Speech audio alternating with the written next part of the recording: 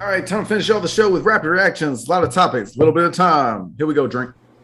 Let's roll, baby. Brooklyn Nets superstar Kevin Durant said he is positive that the situation concerning Kyrie Irving and his vaccination status will work out. Are you as optimistic as KDJ?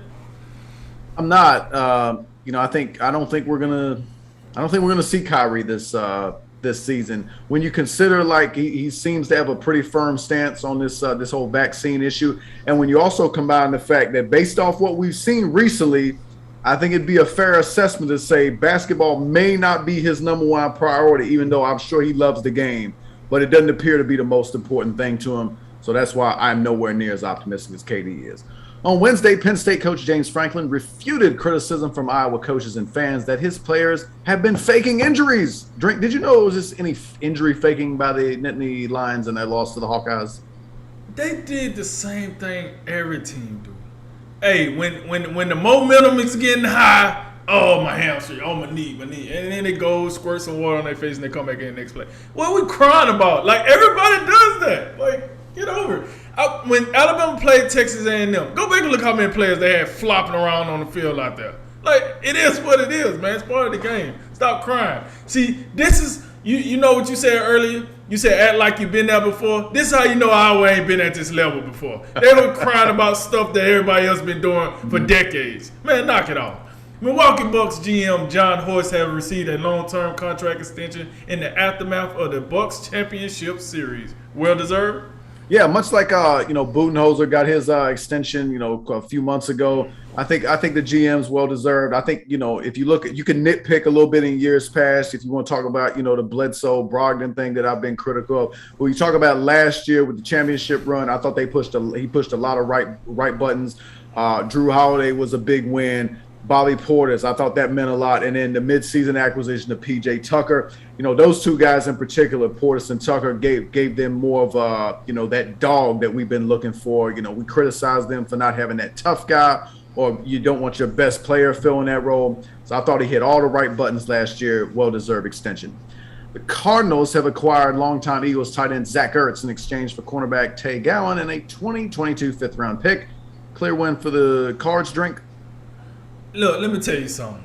I don't know who was happier to get this phone call. I don't know if it was DeAndre Hopkins when he got traded from the Texans to the Cardinals, or if it was Zach Ertz when he got traded from the Eagles to the Cards. All I know is this.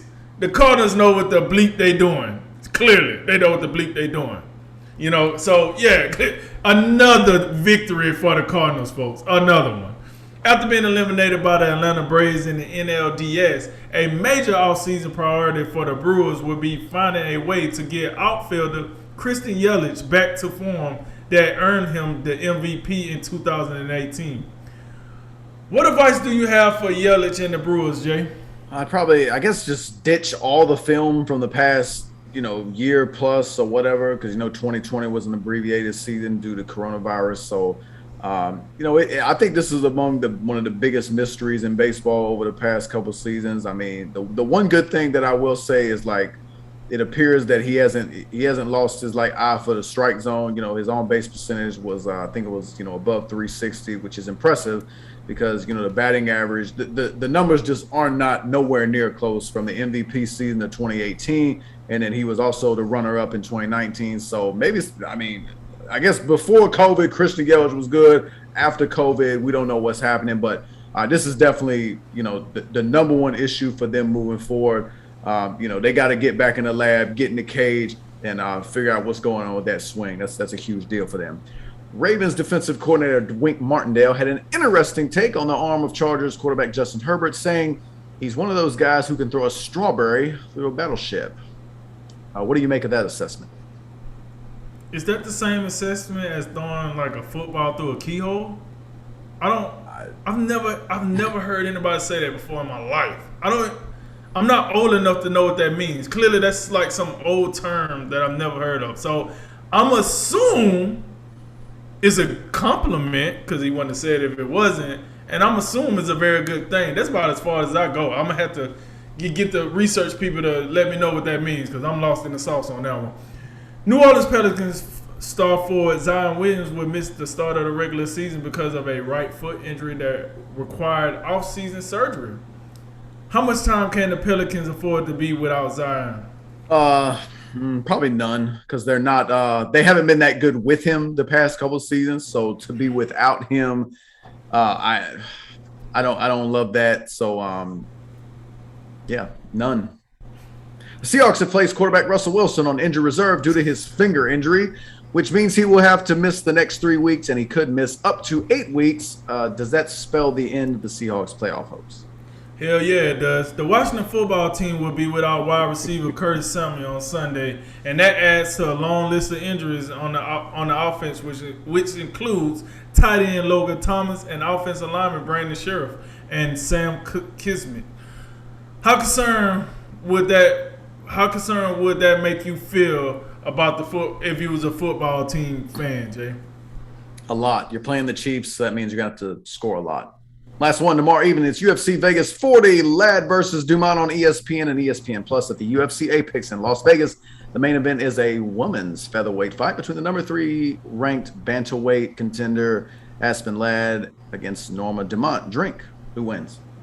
I don't even know who the hell Norma Dumont is, so I'm taking Aspen Ladd just because she the fighter that I know who this is.